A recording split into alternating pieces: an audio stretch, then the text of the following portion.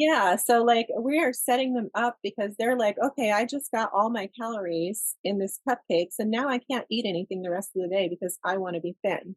When Right. instead, they could eat this, a little tiny piece of steak, Hmm. and a handful of nuts and some blueberries, and they could feel amazing for hours and then be like, "Oh, I feel amazing, and I don't feel bloated, and I don't have PMS, and I don't have depression, and I don't have anxiety. I feel great. I'm gonna eat something like that again." And then they do it again.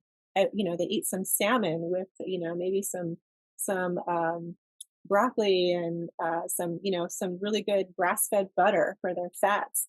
And they're like, "Wow, I ate this much food, not this much pasta, and I feel amazing."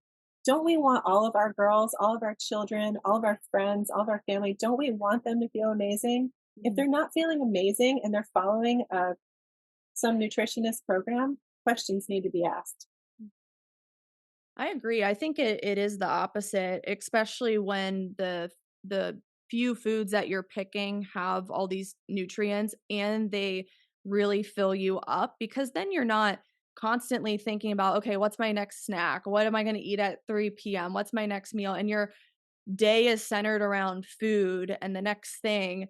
And whenever I wake up and I have a ribeye or bacon and eggs for breakfast, it's like like 6 hours can go by and I didn't even think about my next meal. I'm productive for the day. I'm serving people. I'm getting stuff done.